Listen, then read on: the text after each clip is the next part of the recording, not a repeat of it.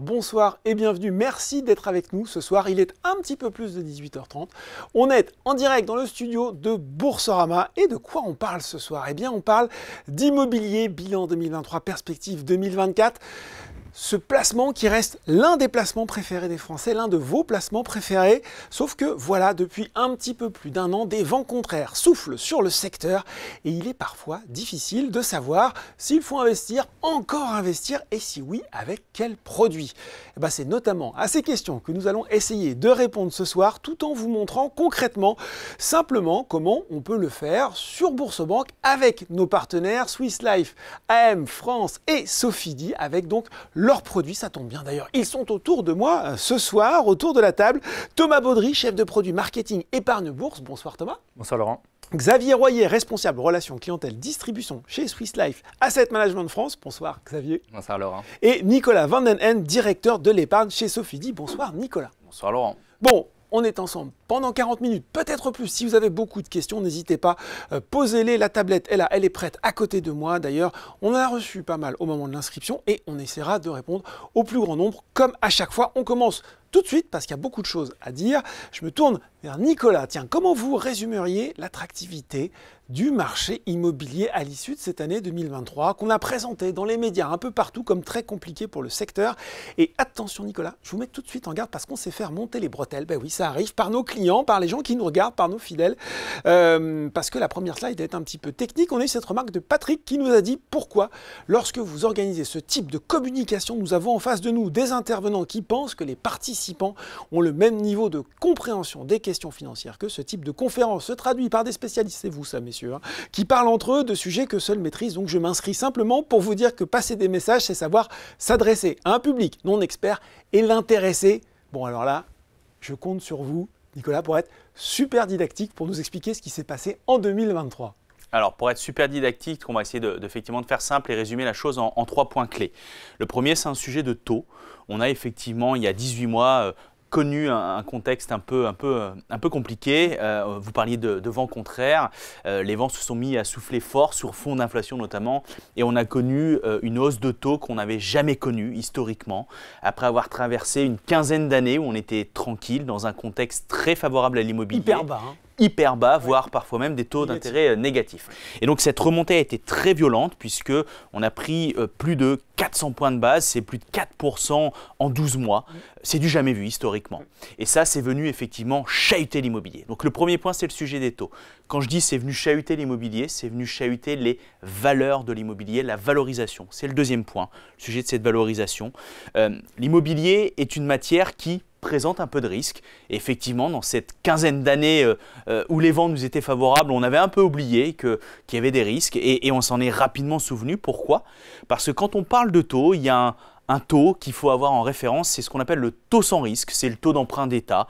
On parle souvent, on fait référence au taux d'emprunt obligataire de l'État français à 10 ans. L'OAT, exactement. Et on s'est retrouvé avec un niveau de l'OAT qui était devenu sur un plus élevé que ce que rapportait l'immobilier. Donc ça voulait dire que finalement, le principe même que l'immobilier embarque un peu de risque n'apportait pas de rémunération supplémentaire. Si je peux avoir du sans risque qui rapporte autant, voire plus. Exactement ça. Oui. Et c'est ce sujet un peu complexe que dans notre jargon, on appelle la prime de risque. Voilà, je m'arrêterai là sur ce sujet-là pour pas être très compliqué, mais ça posait un vrai problème et du coup, il y avait un ajustement nécessaire des valeurs. Et face à cet ajustement nécessaire, la matière immobilier est une matière qui prend un peu de temps, puisque, je le rappelle, l'immobilier, c'est bien du long terme, voire du très long terme. Et du coup, les acteurs, vendeurs comme acheteurs, ont mis un peu de temps à s'ajuster. Oui. Et donc le deuxième et le dernier point, c'est le sujet effectivement des investissements. Il y a eu un contexte où les investissements se sont énormément freinés. Il n'y avait plus de transactions qui pouvaient envoyer finalement des signaux importants pour le marché. Et donc on a connu et on est petit à petit en train d'en sortir. Ça, c'est l'élément important de sortir de ce contexte-là. En conclusion, simplement important de rappeler que souvent l'immobilier on pense bien, et c'est tout le sujet des valorisations, c'est un des moteurs de l'immobilier, c'est le sujet des valorisations. Et le deuxième moteur qui est important, qui est celui du rendement, c'est-à-dire le loyer que génère l'immobilier, ce moteur-là a fait la démonstration pendant ces fameuses 18 mois qu'il se comportait lui très bien, puisqu'on a même, grâce à l'inflation notamment, des niveaux de loyer, des niveaux de rendement des produits immobiliers qui ont un peu progressé. Donc ça, c'est important de le rappeler pour quelque part les choses soient très claires, il n'y a pas de crise immobilière. Oui. Il y a effectivement un contexte de taux qui est venu bousculer l'immobilier. Voilà, ça a eu quelques conséquences sur les valorisations, mais le moteur du rendement est lui resté bien allumé. Justement, on va faire ce boulot de pédagogie jusqu'au bout. On voit que nos internautes ont ce graphique qui s'affiche à l'écran. Qu'est-ce qu'on doit retenir de ces courbes qu'on voit sur ce graphique en fait? Donc ces courbes illustrent en fait ce qu'on vient de se dire, c'est-à-dire que vous avez en orange la courbe de l'OAT 10 ans. On voit qu'il y a eu un resserrement assez rapide, assez violent vers finalement ce que rapportait l'immobilier. Et le différentiel correspond à cette fameuse prise de risque. Oui. Et on voit ensuite que cette prime de risque, parce que les courbes se réécartent légèrement, et si on prolongeait même le graphique sur le quatrième trimestre 2023, on verrait que ça continue de se prolonger. Donc on reconstitue, une fois encore j'utilise notre jargon, mais on retrouve un rendement supplémentaire pour le risque immobilier. Et ça, c'est une signe qu'on arrive petit à petit vers une normalisation du marché et on retrouve quelque chose plus sain, un marché plus sain dans lequel on va pouvoir repartir un peu plus à l'attaque, nous acteurs de l'immobilier. Bon, il s'est passé quand même quelque chose en cette fin d'année 2023, quatrième trimestre, et ça je pense que nos clients qui sont aussi des boursiers s'en sont sans doute rendus compte, c'est la belle remontée, incroyable remontée de certaines valeurs de l'immobilier coté, ce qu'on appelle les foncières. Je peux en citer une notamment parce que je pense que c'est, voilà, elle appartient au CAC 40, Unibail Rodamco Westfield, c'est un signal encourageant ça quand même, non ? C'est un signal très encourageant qu'on considère véritablement comme un signe avant-coureur. Donc c'est important de bien avoir cette vision-là.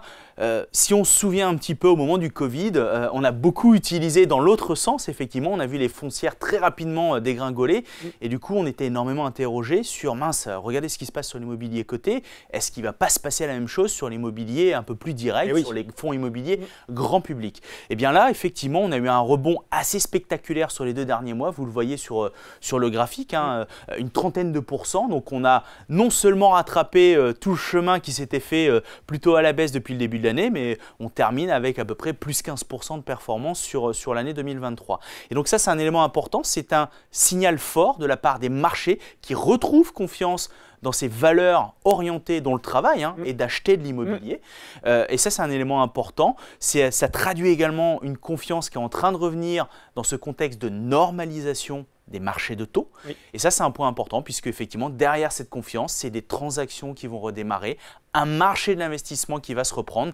Et puis quelque part, voilà, on espère et on a plutôt le sentiment que l'année 2024 va offrir pour les fonds immobiliers grand public cette phase de normalisation et de reprise des marchés. Oui, parce que justement, on ne va pas faire trop de macroéconomie, mais ce qu'il faut dire maintenant, c'est qu'on est plutôt dans un moment où on attend cette stabilisation des taux, on l'a, mais on attend maintenant des baisses, Nicolas, a priori. Exactement. Oui.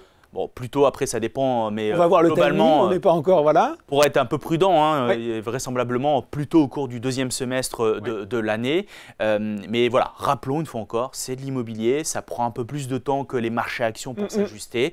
Donc quelque part, ces 6 mois ne sont pas non plus un temps trop long quand on se parle d'immobilier ou sur certains fonds d'investissement immobilier, on est sur des perspectives de plusieurs dizaines d'années d'investissement.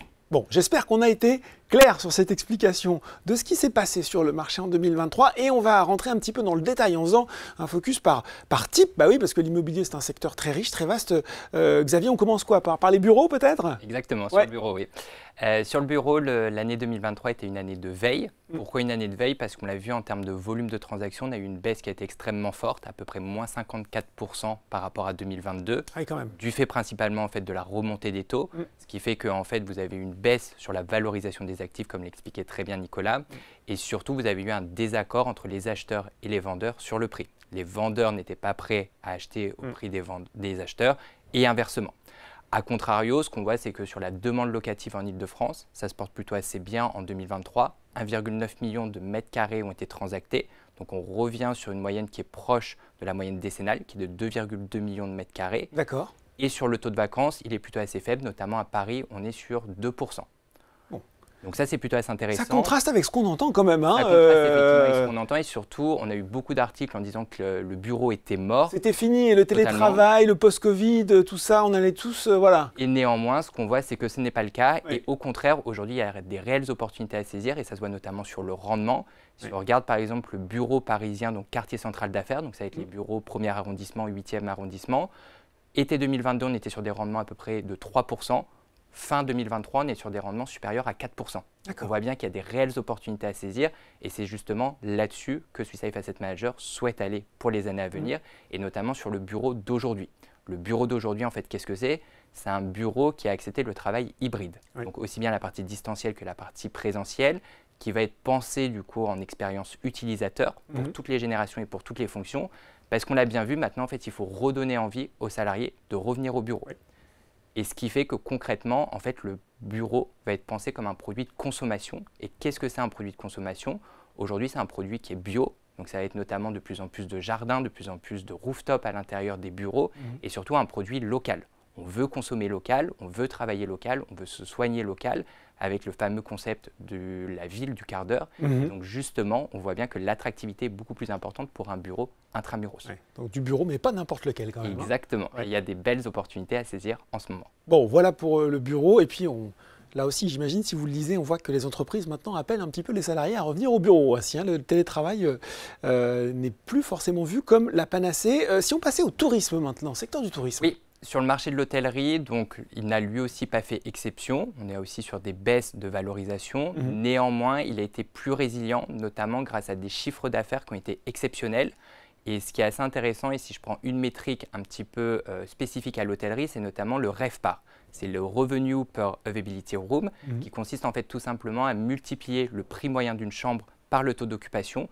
Et on voit que ce niveau est revenu supérieur à 2022, de l'ordre d'à peu près 11%, et surtout supérieur à 2019, qui est l'année référente d'avant Covid. Et là, on est sur des chiffres de progression de 25%. Donc, on voit bien que 2023 était une année exceptionnelle, qui est surtout tirée en fait par plusieurs raisons. Premièrement, le lever des restrictions sanitaires qu'on a pu avoir depuis 2022, un taux de change euro-dollar qui a favorisé le retour de la clientèle américaine et une demande domestique qui est toujours restée très soutenue.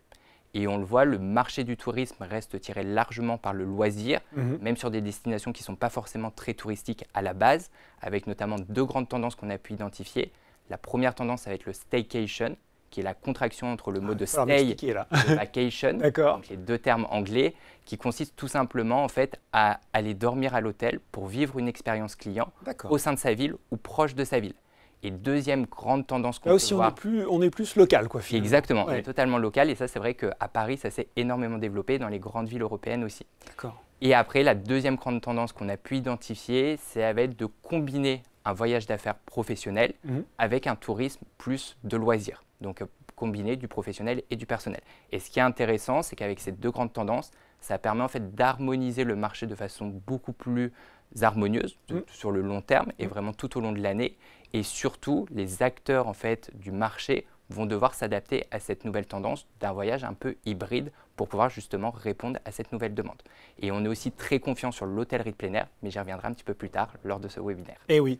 Quand j'écoute Xavier, il y a deux constats qui s'imposent. Un, déjà, c'est pas si catastrophiste que ça, mais quand même, c'est quand même des secteurs qui bougent, qui changent. Il faut là aussi s'adapter aux nouvelles tendances. Est-ce que c'est la même chose pour le commerce et la logistique, Nicolas ? Alors oui, donc ce qu'on peut déjà se dire, c'est qu'effectivement l'immobilier n'est pas une matière rigide qui ne bouge pas. Ça, c'est un élément important. Le commerce est une classe d'actifs qui avait été beaucoup boudée ces dernières années, sur fond de montée en puissance du e-commerce, également avec l'arrivée du Covid, on s'était posé énormément de questions. Et c'est de fait une classe d'actifs qui avait peut-être subi beaucoup moins d'augmentation en termes de valeur. Et ce qui lui a, dans le contexte qu'on vient de décrire, donné beaucoup de résilience dans le sens où elle a de ce fait moins baissé que d'autres valeurs. Et ça, c'est un élément important. On a toujours considéré chez Sofidy que le commerce avait vraiment une vraie résilience. Et c'est une des forces et c'est pourquoi on aime mettre du commerce dans les fonds et investir dans cette classe d'actifs. Donc ça, c'est un élément important. L'autre élément important qui favorise quelque part cette bonne résistance du commerce, c'est que c'est une classe d'actifs portée par des méga tendances. Qu'est-ce que j'entends par méga tendance? C'est cette grande métropolisation qu'on est en train de vivre et n'en déplaise aux Cassandres, effectivement, le télétravail n'a pas fait sortir des villes tout le monde. Il y a eu quelques exemples, mais globalement, il y a toujours ce phénomène de fond qui est hyper puissant, au même titre que le vieillissement de la population, qui fait qu'on évoquait tout à l'heure cette logique de localisation, mais c'est un des facteurs qui fait qu'on bouge de moins en moins finalement, et au même titre que quelque part ce début de démondialisation et ce phénomène de relocalisation qui, une fois encore, pousse vers davantage de proximité, et cette proximité bénéficie au commerce. Bénéficie au même titre que le tourisme qu'évoquait Xavier, qui est un facteur très important. En tout cas, pour nous, les flux à la fois démographiques et les flux d'un point de vue touristique sont des éléments forts qui viennent donner de l'importance, qui viennent apporter des consommateurs et donc qui sont bénéfiques pour le commerce. Donc ça, c'est le premier élément, et on pense très clairement que les prochaines années vont offrir des opportunités quand on va être capable de suivre, d'analyser ces méga tendances, d'aller identifier les meilleurs emplacements. Et le dernier élément, c'est que on est en train en ce moment de vivre vraisemblablement une décélération de cette inflation qui était importante pendant ces 18 derniers mois. Et ça, c'est un élément qui pourrait petit à petit rendre du pouvoir d'achat aux consommateurs, donc être bénéfique à la consommation. Et le lien entre la consommation et le commerce est assez évident. Donc c'est un facteur qui sera important pour le commerce et son soutien. Bon, sur la logistique, on se dit, et si on tire le fil de début de discussion, on est quand même dans un contexte, notamment en Europe, où on parle de récession, en tout cas de tassement de l'activité économique. On pourrait se dire, la logistique est aussi un petit peu une des émanations de l'activité économique et pourrait peut-être souffrir dans les mois qui viennent. Alors, c'est une question qu'on peut se poser. Oui. Il y a un match qui avait été effectivement lancé, qui opposait commerce et logistique, justement dans cette logique d'augmentation du développement du commerce électronique, du e-commerce, en disant le commerce c'est terminé, vive la logistique. Bah oui, alors c'est vrai que la logistique a connu des belles années en termes de progression, puisqu'il y avait une très très forte demande à ce niveau-là, sous des formats qui sont différents. Faudrait prendre beaucoup plus de temps pour rentrer véritablement dans le détail, mais quand on parle de logistique, ça peut être très bien l'énorme logistique de plusieurs dizaines de milliers de mètres carrés, des entrepôts énormes utilisés par de grands acteurs qu'on connaît tous, jusqu'à une petite centrale, un petit entrepôt, une petite messagerie logistique, cette fameuse logistique du dernier kilomètre qui permet finalement d'acheminer jusqu'à chaque consommateur la livraison de ce qu'on a acheté. Donc, grosse progression de la logistique, grosse montée, et qui, dans le contexte qu'on a traversé, a subi des corrections, effectivement. Mais qui garde des fondamentaux sains, dans le sens où il y a un certain nombre d'éléments qui permettent de se dire que cette classe d'actifs a encore de beaux jours, notamment le fait qu'il y a une grande loi de non-artificialisation des sols qui fait que finalement ça va créer une rareté pour cette matière immobilière, cette matière logistique qui va permettre de garder quelque part un vrai intérêt pour les bons emplacements une fois encore. Et puis c'est une matière immobilière qui était encore sur des niveaux de loyer très faibles. Ça veut dire concrètement qu'il y a encore un potentiel de progression de ces loyers et donc finalement que cette matière garde une fois encore de l'intérêt. Donc la logistique, on reste aussi positif sur cette matière-là, même s'il faut véritablement, et c'est globalement le cas pour toute classe d'actifs dans l'immobilier, il faut rentrer davantage dans le détail pour véritablement faire le distinguo. Mais voilà, en tout cas on penche chez Sofidix, c'est au même titre que le bureau et que la classe d'actifs du tourisme, finalement des choses intéressantes à travailler pour les mois qui viennent. Des choses intéressantes à travailler. Mais comment on les travaille? Ou en tout cas, comment on peut les investir quand on est un particulier? Ça tombe bien, il y a des produits pour ça et vous allez nous les expliquer, Thomas. Tout à fait. C'est vrai que c'est compliqué pour un particulier d'acheter directement un hôtel. Ça peut vite devenir un petit peu cher. D'acheter une boutique ou d'acheter un entrepôt. Donc pour ça, il existe du coup des produits spécifiques qui permettent de s'exposer à cette classe d'actifs en participant, en achetant en fait des parts de fonds d'investissement. Et pour la clientèle particulière, il existe 3 véhicules principaux d'immobilier non coté. Donc la SCPI, la SC ou SCI et l'OPCI. Donc on va revenir brièvement là-dessus pour réexpliquer un petit peu à ceux qui nous regardent ou nous écoutent quelles sont les différences entre ces différents produits. Notamment, on a une question, j'en profite, différence entre SCPI et OPCI qui revient souvent. Eh bien, on va tout expliquer. Donc la SCPI, c'est la Société Civile de Placement Immobilier. Donc c'est le véhicule de pierre-papier, comme on dit, le plus ancien. Ça existe depuis les années 70 à peu près. Et là, c'est très simple. En fait, une SCPI, ça ne fait qu'acheter de l'immobilier. Donc lorsque vous achetez une part de SCPI, à l'intérieur, le patrimoine est quasi exclusivement composé d'immobilier, modulo quelques liquidités qu'il peut y avoir. Et essentiellement, ces SCPI investissent en France ou en Europe, suivant les véhicules. Et c'est aujourd'hui le véhicule le plus important, puisque la capitalisation du marché est supérieure à peu près 90 milliards d'euros. Donc on est quand même sur un gros marché. Et comme l'a rappelé Nicolas tout à l'heure, donc la performance, le rendement se juge de deux manières. Effectivement, la valeur du patrimoine qui peut évoluer à la hausse comme à la baisse, et le rendement, donc c'est-à-dire les loyers des locataires qui seront reversés aux porteurs de parts. Oui. Voilà. Donc ça, c'est la SCPI. Alors juste peut-être une précision, on voit quand même les frais qui sont importants aussi à mentionner. Hein. C'est de l'ordre de 10%, c'est ce que je vois sur la SAI, sur la SCPI, c'est ça? Exactement. Sur la SCPI, on a des frais d'entrée qui sont de l'ordre de 10%. Ça, c'est quelque chose qui est en train aussi un petit peu de changer avec les véhicules qui arrivent en ce moment, mais on est sur un produit d'investissement un peu ancien qui n'avait pas forcément, qui connaît aujourd'hui une évolution. Oui. Mais donc on a des frais d'entrée et on a ensuite des frais de gestion comme des produits classiques. D'accord. Donc SCPI, c'est fait. Alors on a ensuite la SC, la société civile ou la SCI, à ne pas confondre avec les sociétés civiles immobilières familiales telles qu'on peut les connaître, puisque souvent la confusion est faite dans la mesure où juridiquement… Ils portent le même nom. Voilà, ils portent le même nom et juridiquement c'est le même genre de produit. Oui. Donc la différence, la société civile, c'est que c'est un fonds déjà qu'on ne peut souscrire qu'au travers d'une enveloppe dite assurantielle, donc une assurance vie ou un plan d'épargne retraite par exemple.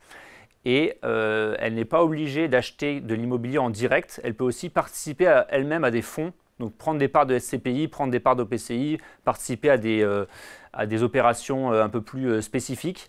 Et donc c'est un véhicule d'investissement en fait, qui a du coup un univers d'investissement qui est très large et qui peut aussi être un peu plus opportuniste dans la mesure où il va pouvoir prendre des parts de participation dans différents types de fonds, directs ou indirects. D'accord.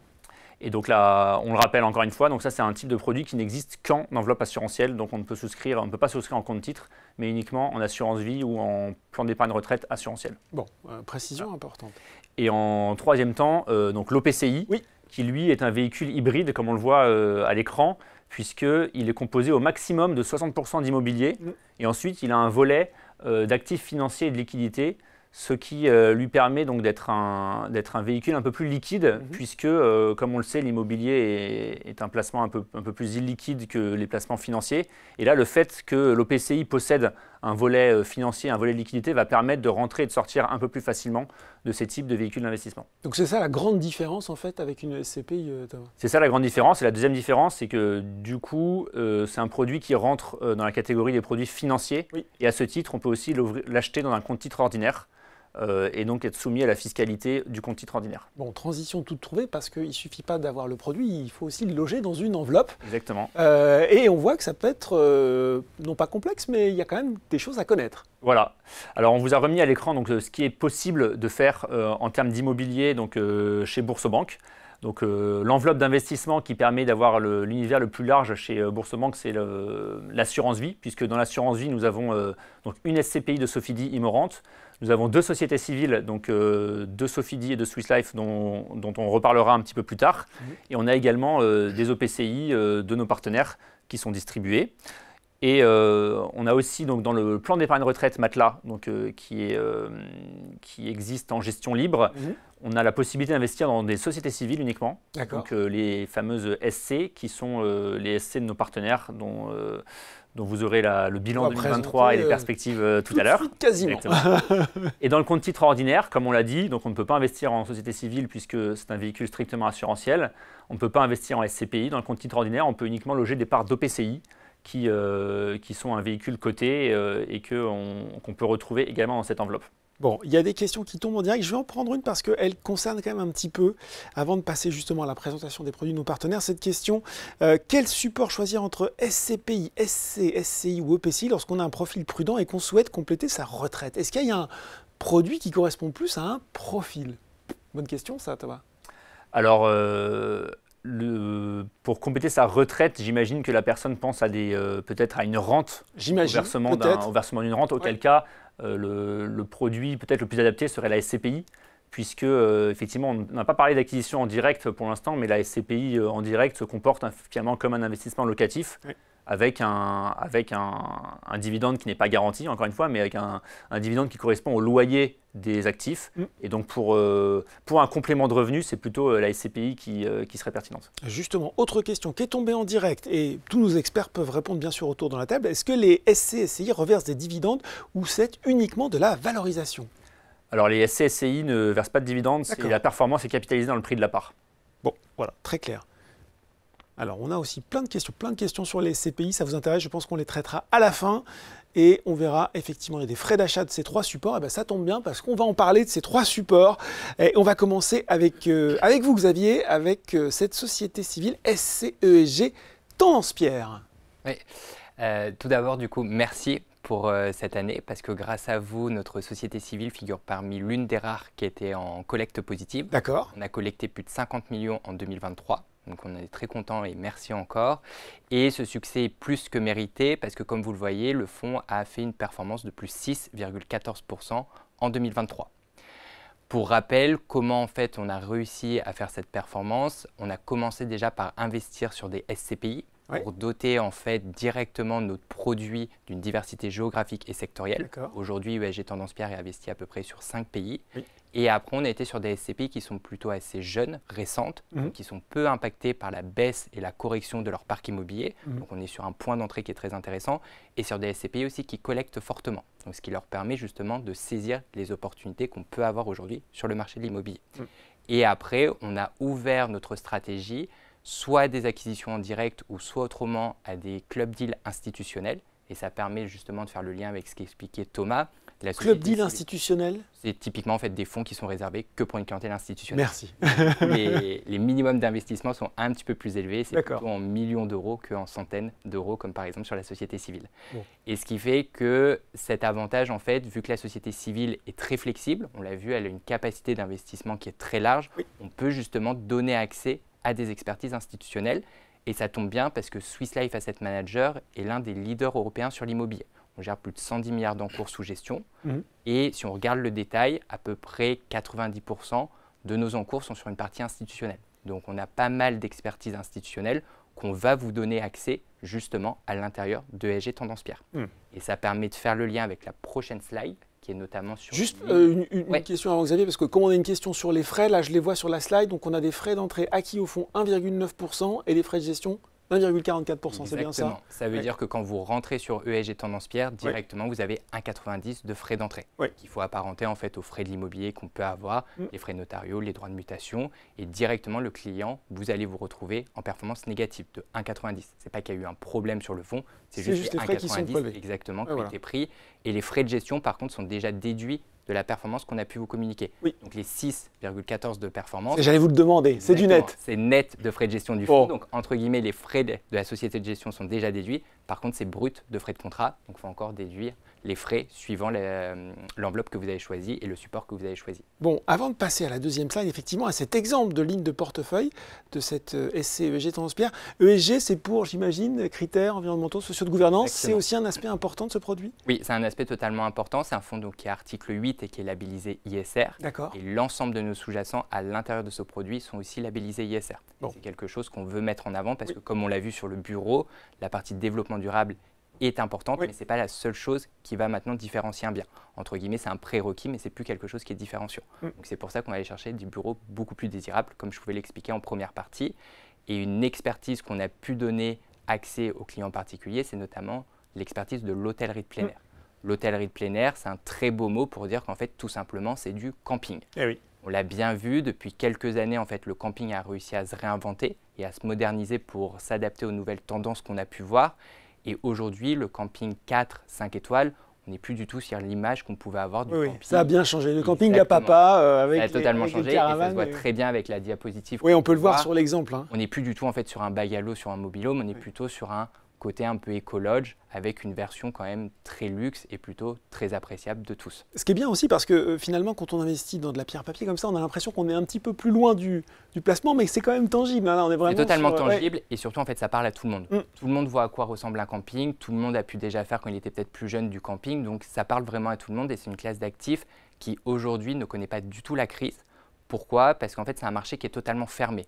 Nicolas l'expliquait, mais en fait, aujourd'hui, c'est impossible de recréer des nouveaux campings du fait des différentes lois du littoral qu'on peut avoir.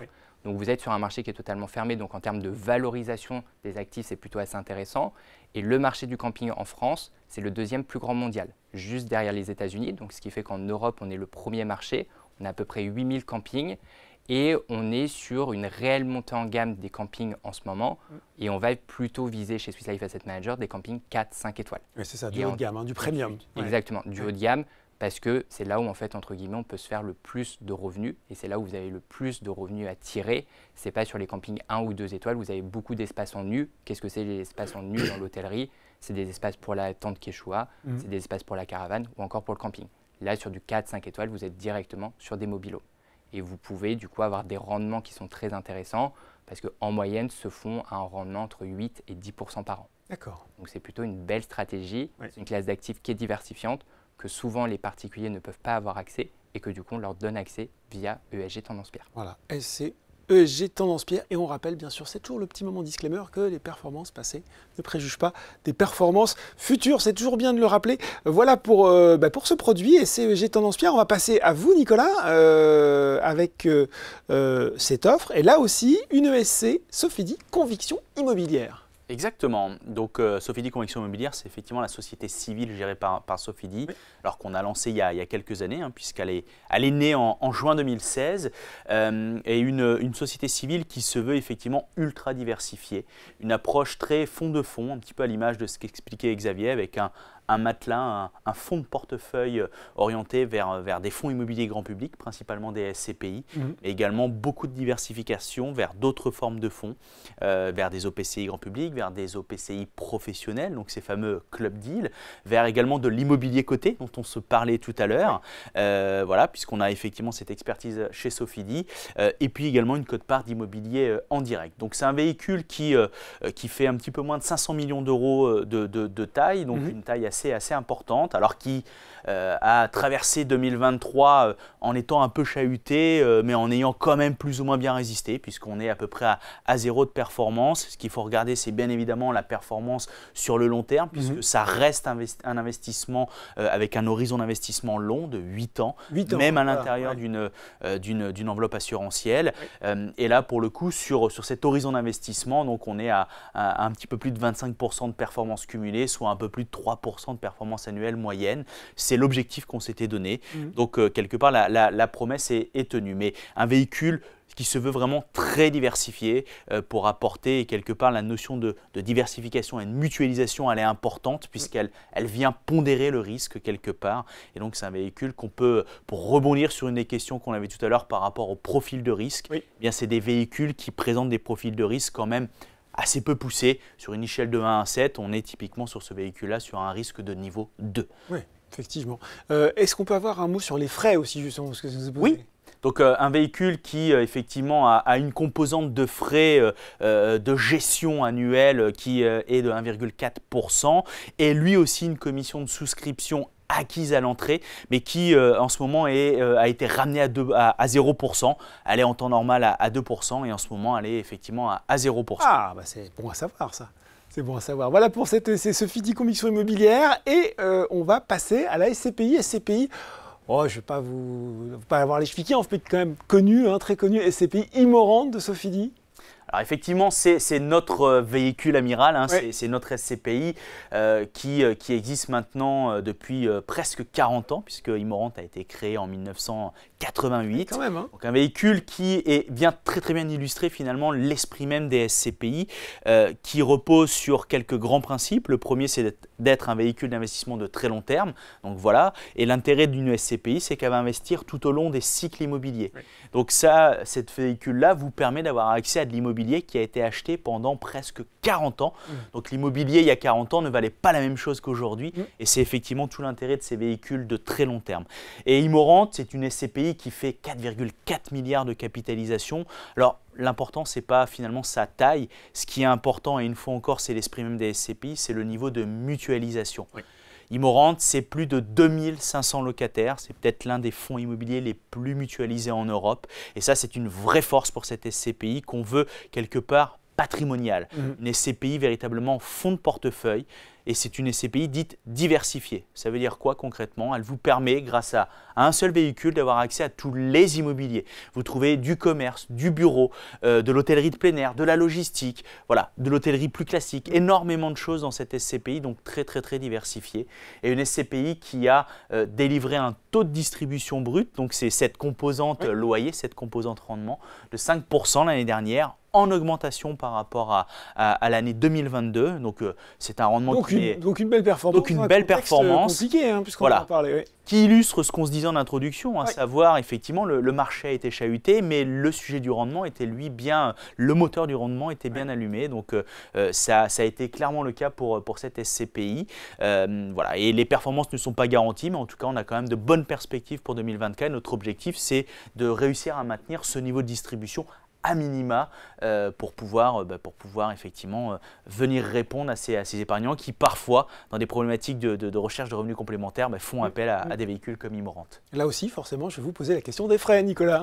Alors c'est une SCPI qui va venir illustrer les frais dont a commencé dont Thomas nous présentait tout à l'heure. Hein. Donc c'est une SCPI qui a des frais de souscription, donc une commission dite de souscription de 10% qui est intégrée dans le prix. C'est une des particularités des SCPI. Quand on vous donne le prix d'une SCPI, c'est un prix qui intègre déjà les frais. Okay, très clair. Et puis une commission de gestion prélevée sur les loyers encaissés, alors qui peut paraître importante puisque c'est 10% des loyers encaissés, mais il y a deux éléments à retenir, c'est qu'on parle bien de loyers encaissés, donc si les loyers ne sont pas encaissés, il n'y a pas de commission. Donc il y a un alignement des intérêts entre la société de gestion qui va toucher sa rémunération et l'épargnant qui a besoin qu'on encaisse des loyers pour lui verser des dividendes.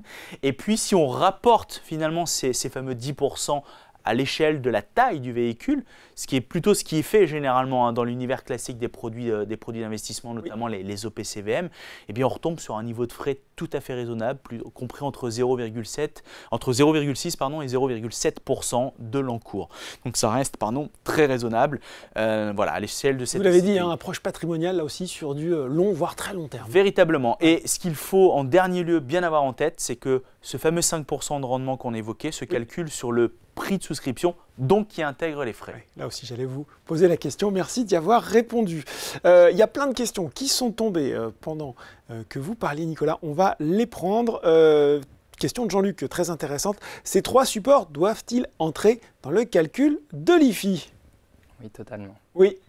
Bon. Oui. Complètement, avec parfois tous SCPI, SCI, OPCI, tout ça c'est la même... Tous, avec des quotes-parts qui peuvent varier, un pourcentage un peu différent, c'est-à-dire, si on va prendre le cas de l'OPCI grand public qui est lui hybride, la quote-part d'immobilier que vous avez dans l'OPCI, de manière un peu schématique, c'est généralement 60%, elle rentre dans l'IFI, et la quote-part financière, 40% restant, elle ne rentre pas dans l'assiette IFI. Bon, j'imagine que tout a été expliqué au moment où on doit faire sa déclaration pour que ce ne soit pas trop prise de tête. Exactement, on donne une indication très précise sur les quotes-parts à déclarer. Bon. Il y a une petite exception, Laurent, sur la partie du périn, puisque les sommes détenues dans un périn qui n'est pas rachetable, donc avant le départ de l'âge en retraite, ne rentrent pas justement dans l'assiette de l'IFI. Ah, donc ça c'est bon à savoir. Le législateur a considéré que, effectivement, à partir du moment où le contrat n'est pas rachetable, l'argent est immobilisé, donc ça ne rentre pas dans l'assiette. Donc avant le départ à la retraite, avant l'âge légal du départ à la retraite, ces sommes-là sortent de l'assiette.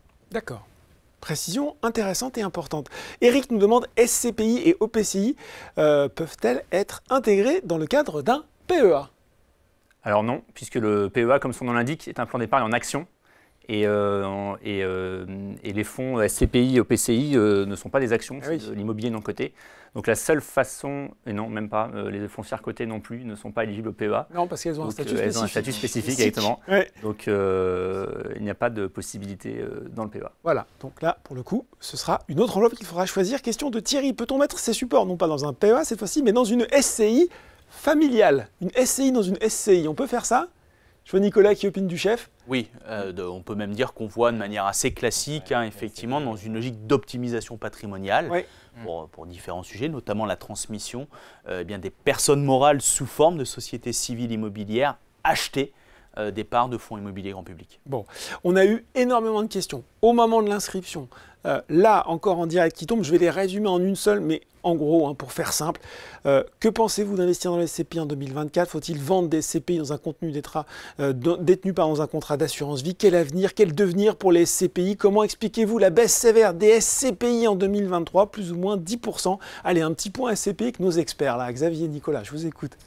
Oui, sur la partie du coup de la baisse, c'est tout simplement en fait, ce qu'expliquait au début Nicolas avec le réajustement des prix qu'on a eu du fait de la remontée des taux, vu que Nicolas expliquait très bien, mais maintenant l'OAT 10 ans ou même le bond allemand rapporte de l'argent à peu près entre 2,50 et 3%, l'immobilier ne peut plus rapporter la même chose. C'est la concurrence des placements. Exactement, ce qui fait que, comme l'expliquait Nicolas très bien, la prime de risque a augmenté et donc l'immobilier aujourd'hui doit avoir un rendement qui soit plus élevé. Parce qu'on voit bien qu'entre l'immobilier et une obligation, l'obligation est beaucoup plus liquide, ça sera beaucoup plus simple pour la vendre et pour récupérer du coup ses billes. Là aussi, l'immobilier, ça prendra un petit peu plus de temps. Donc forcément, si vous avez une hausse de votre rendement, vous aurez une baisse de la valorisation. Oui. Néanmoins, ce qui est important sur l'immobilier, c'est que vous avez toujours la partie des loyers. Et comme on l'a vu, la demande locative reste très bonne. Vous avez toujours des taux d'occupation qui sont très bons à l'intérieur des produits qu'on a pu présenter. Et donc, vous avez toujours les loyers qui sont continués et qui sont perçus. Et c'est ça le point le plus important en fait sur la partie des SCPI et sur l'immobilier en général. Donc, tant que en fait, notre taux d'occupation est bon, oui, qu'on ait une baisse de valorisation à l'instant T, ça peut être désagréable. Mais sur le long terme, on voit que ça a plutôt des belles valorisations. Et c'est plutôt assez cohérent justement de les garder sur les longs termes pour faire face aux différents marchés cycliques qu'on peut avoir. Ouais. Sur l'avenir des SCPI en 2024, Nicolas, radieux, chahuté, compliqué. On a plutôt tendance à se dire que le plus dur est derrière nous, même s'il pourrait y avoir encore quelques soubresauts. Quelques soubresauts, donc il faut rester prudent. Voilà. Mais je pense qu'il faut bien garder en tête effectivement qu'on est sur un véhicule d'investissement de très long terme, de se remémorer effectivement la logique patrimoniale qu'on est venu chercher en investissant dans ces produits-là. Si on est venu chercher des loyers supplémentaires, les loyers étant toujours versés quelque part, il n'y a pas de logique à remettre en cause cette stratégie-là. Si vous faites du locatif en direct, vous ne faites pas expertiser votre appartement tous les ans. Tant que vous percevez vos loyers, quelque part, vous ne vous posez pas de questions. Donc c'est un peu simpliste, mais c'est une façon quelque part de venir un petit peu provoquer et d'éviter des mouvements, des arbitrages finalement qui manquent de rationalité. Il y a eu ça également, on en a eu quelques-uns qui sont venus un petit peu perturber le marché. Un petit peu, c'est voilà, ça. tout simplement parce que on pensait que l'immobilier, ça ne me faisait que monter. Eh bien non, l'immobilier, c'est des rendements qui ne sont pas garantis. Ça peut évoluer à la hausse comme à la baisse, au même titre que les valorisations. Oui, c'est désagréable, effectivement. Mais voilà, se rappeler qu'on est sur du long terme, que sur le long terme, la baisse qu'on a connue une année, elle est peut-être compensée par une hausse qu'on avait eue avant ou qu'on pourra avoir après. Ça, on ne le sait pas. Mais bien se rappeler, effectivement, les stratégies patrimoniales. Et la conclusion, c'est qu'on pense clairement que 2024 est une année où il peut y avoir de vraies opportunités. Donc nous, en tant qu'acteurs immobiliers, on a envie d'avoir de la collecte qui rentre, donc des nouveaux souscripteurs, pour bénéficier, pour acheter, pour aller effectivement saisir ces opportunités. Et puis, clairement, dans un contexte où les niveaux de prix se sont ajustés, ça veut aussi dire qu'en contrepartie, quand on achète, on a plus de rendement. Donc, il y a peut-être intérêt à se repositionner sur des SCPI qui vont demain être en capacité d'offrir, pourquoi pas un peu plus de rendement. Et finalement, cette promesse du revenu complémentaire, elle continuera d'être tenue. Et ça, c'est un élément important, c'est un message effectivement qu'il faut garder en tête. Ouais, Jacques, la question de Jacques, faut-il vendre des SCPI dans un contrat d'assurance vie? Compliqué de vous répondre, Jacques, parce qu'on ne connaît pas votre situation personnelle, mais ce qu'on peut retenir finalement de ce que vous nous avez répondu, c'est que pas céder à la panique, se souvenir qu'on est dans un long terme et que finalement, quand on replace dans le contexte, les choses, finalement, le plus dur est passé et que c'est presque un moment d'opportunité finalement pour les SCPI. Question de Marie-Noël qui était tombée au moment de l'inscription. Quel avenir pour la valeur liquidative des parts de SCPI dans le secteur du commerce, des bureaux et de la santé? Bon, ça on a déjà parlé, je ne sais pas si vous voulez faire un récap rapide, mais bon, ça, on l'a plutôt évoqué dans le secteur. Oui, si ce n'est réaffirmer qu'on reste chez Sofidy très confiant et pour le coup encore plus que les années précédentes sur le commerce de proximité notamment. Ouais. Ange nous avait posé une question. Faut-il investir dans l'immobilier papier? Prix réel départ, endettement et taux sur les prix immobiliers, rendement et sécurité sur le locataire défaillant, vision à moyen long terme. Question globale. Là aussi, on l'a déjà évoqué. Ce qui m'intéresse aussi là-dedans, c'est peut-être, même si Xavier en a parlé, le taux de défaillance aussi des locataires. On a parlé un peu du prix réel départ, mais est-ce que ça, c'est quand même quelque chose que vous regardez? Si on avait de la vacance qui venait à augmenter, si on avait, on a vu, je crois, le taux de défaillance des entreprises qui a augmenté au 3e ou 4e trimestre de l'année. Comment vous analysez ça, justement, l'évolution de l'environnement macroéconomique? Peut-être important de se dire en premier lieu que les SCPI sont des véhicules ultra transparent. Oui. Globalement, il y a tout un ensemble de communication qui va d'un rapport annuel à des bulletins d'information trimestriels où on vient vous décortiquer, vous rendre compte sur votre produit, sur finalement votre immobilier. Et ça, c'est un élément important. Et dans cette logique de transparence, on rendait compte sur plein d'indicateurs. Alors, sans jargonner, mais des indicateurs qui sont importants pour notamment saisir finalement la santé des locataires, le coût des locataires. On parle beaucoup de taux d'occupation, c'est-à-dire le taux de remplissage finalement de votre fonds immobilier.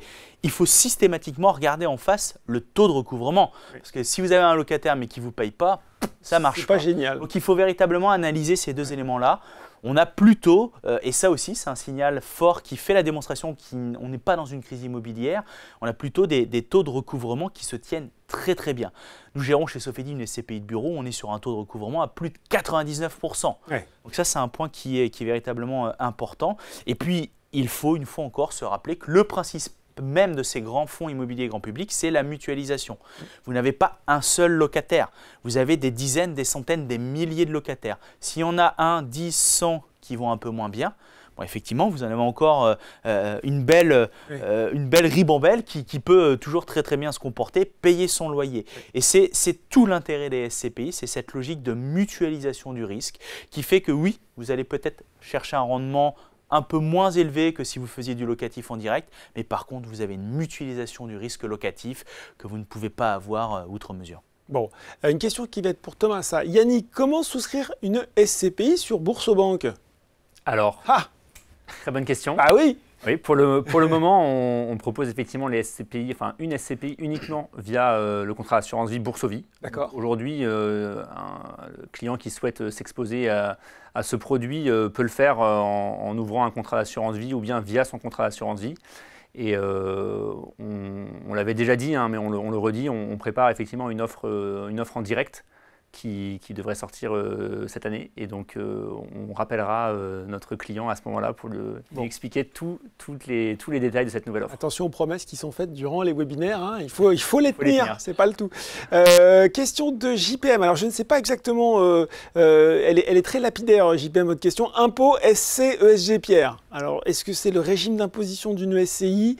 Je ne sais pas, peut-être qu'on peut répondre sur cette question tout simplement. C'est très simple puisque une SC ne se souscrit qu'en enveloppe assurantielle, comme on l'a dit. Donc l'imposition qui prévaut, c'est l'imposition de l'assurance vie ou bien l'imposition du plan d'épargne retraite. Et alors là, il y a autant de cas que de clients possibles, mais on renvoie le client vers tous les webinaires qui ont été faits sur l'assurance vie, sur le plan d'épargne retraite. Ça.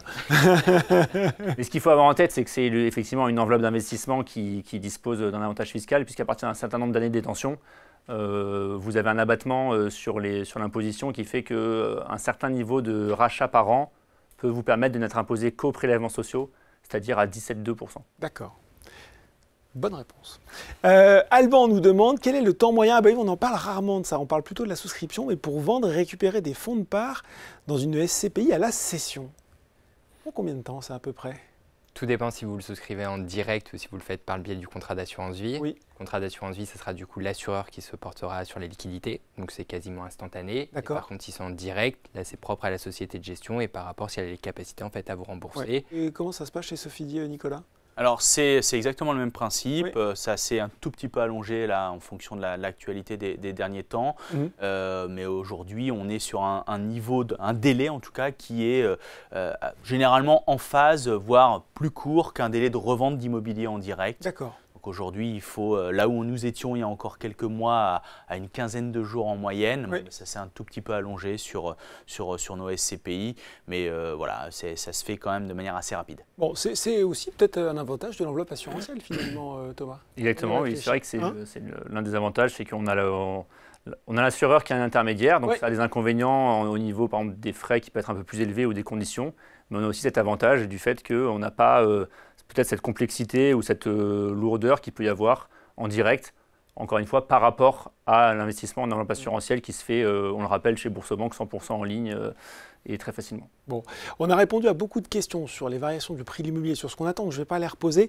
Peut-être un point quand même plus spécifique, parce qu'on a eu aussi beaucoup de questions sur la tendance du prix de l'immobilier en Île-de-France, que ce soit pour les bureaux, pour le locatif.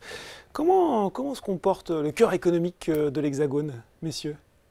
Alors ce qu'il faut avoir en tête, c'est que effectivement, et on ne l'a pas encore précisé, on a parlé d'une d'une matière immobilière qu'on appelle l'immobilier tertiaire. L'immobilier tertiaire, c'est effectivement le bureau, le commerce, le tourisme, la logistique.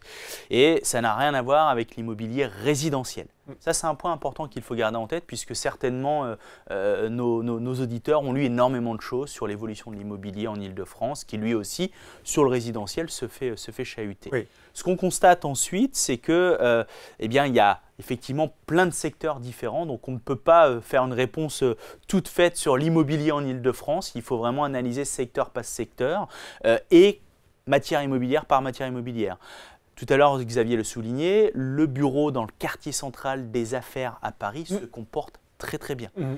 Très bien, il y a toujours énormément de demandes, on est toujours dans une logique de sous-offre, ce qui explique des taux de vacances très très faibles et ce qui explique des niveaux de loyer qui continuent de grimper. Même s'il n'y avait pas d'inflation, on a des loyers qui progressent. Pourquoi? Parce que lorsqu'un actif se libère, vous avez plusieurs demandes pour reprendre cet actif-là. À l'inverse, vous avez des marchés plutôt effectivement en première, deuxième couronne, qui se sont vidés du fait d'une activité économique un peu plus morose, un peu moins de demandes. Le télétravail a pu vider certaines très très grosses surfaces. L'offre évolue, c'est-à-dire on a besoin de moins de surface. Donc quand on était preneur de bureaux de très très grande surface, eh bien on a envie d'un peu moins avec peut-être mieux qualitatif, un emplacement encore plus attractif. Voilà, ça c'est quelque chose qu'il faut véritablement avoir en tête. Voilà. Après, de manière globale, effectivement, et on l'évoquait, il y a eu des corrections, donc plutôt une logique à ce que finalement les prix se soient un peu baissé, une petite logique où les prix ont dégonflé, ce qui fait qu'aujourd'hui on peut racheter dans de meilleures conditions. Mais voilà, on ne peut pas avoir de réponse toute faite, très généraliste. Il faut véritablement analyser secteur par secteur en fonction de la demande, des qualités de chaque emplacement et de chaque actif. Ça veut dire aussi que quand on souscrit à ce type de produit, il faut regarder un petit peu justement l'actif qu'on a dans les produits, à la fois le type et puis la localisation. On sent que c'est très très important. Question peut-être pour Thomas, posé au moment de l'inscription, Boursorama va-t-il se lancer sur le marché des SCPI en propre et proposer des produits sans frais? Alors on a déjà répondu du coup. Malheureusement on ne peut pas vous annoncer ça tout de suite, mais c'est prévu pour cette année. Bon, prévu pour cette année, hein, voilà. Fabrice, mais on a déjà répondu aussi, juste on va le refaire pour les gens qui nous regardent. Pouvez-vous nous confirmer que les placements immobiliers sur le PER Matelas ne sont pas assujettis à l'impôt? Tant que le contrat est non rachetable, c'est oui. Tant que le contrat est non rachetable. Peut-être aussi question pour Thomas, parce que ce n'est pas vraiment le sujet du soir, mais on propose aussi dans le cadre de Boursobank des placements en crowdfunding immobilier. Et Sébastien, avec 3 points d'exclamation, nous dit: est-ce que le placement en crowdfunding devient hyper dangereux? Alors, hyper dangereux, je ne sais pas, mais effectivement, le contexte immobilier actuel rend peut-être le produit un peu plus risqué qu'il ne l'a été ces dernières années. Et d'ailleurs, ça se reflète dans les rendements qui sont proposés, puisque historiquement, ces dernières années, on avait des rendements proposés de l'ordre de 6-7%, qui sont plutôt aujourd'hui, les projets sont plutôt entre 9 et 11%. Donc mathématiquement, par définition, à partir du moment où le rendement proposé augmente, c'est que le risque a augmenté. Donc oui, on est sur un produit qui, on le rappelle, n'est pas l'immobilier, c'est finalement une sorte d'obligation, puisque vous prêtez de l'argent à un promoteur. Oui. Et donc aujourd'hui, c'est un placement qui est rémunéré entre 9 et 11%, donc effectivement le risque est à la hauteur de ce rendement. Donc il faut effectivement investir en toute connaissance de cause et bien prendre connaissance de tous les documents pour savoir si on est prêt ou pas à faire cet investissement. Bon, on avait aussi des questions sur les fonds obligataires datés, c'est un petit peu hors sujet. On a dédié des webinaires à cette question, on les mettra en lien, ou en tout cas on vous invite à vous y référer dans la page vidéo webinaire. Est-ce qu'en régie on a encore des questions à nous envoyer, ou est-ce qu'on a fait le job ce soir pour expliquer un petit peu l'évolution du marché immobilier? Alors, est-ce que c'est questions ou plus de questions? Questions. Alors, il y a des questions qui vont... Ah, plus de questions. Bah oui, je suis vieux, j'entends moins bien qu'avant. Ben voilà, en tout cas, merci beaucoup. On arrive donc à la fin de ce webinaire. Merci beaucoup à nos experts d'avoir répondu avec clarté et pédagogie à toutes les interrogations qui ont été soulevées ce soir. Merci beaucoup, messieurs. Merci. Merci à vous de nous avoir suivis. On espère avoir fait le tour du sujet de façon claire et accessible. Mention spéciale à Patrick, qui j'espère rester jusqu'au bout avec nous.